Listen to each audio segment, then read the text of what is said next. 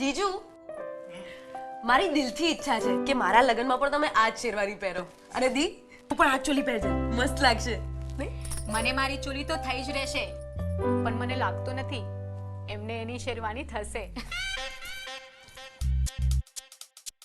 ના છે ને થાય, અત્યારે જ પહેરીને બતાવું.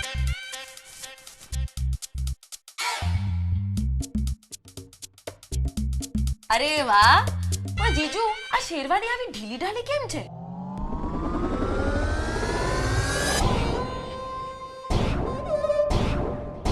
આ શું થયું?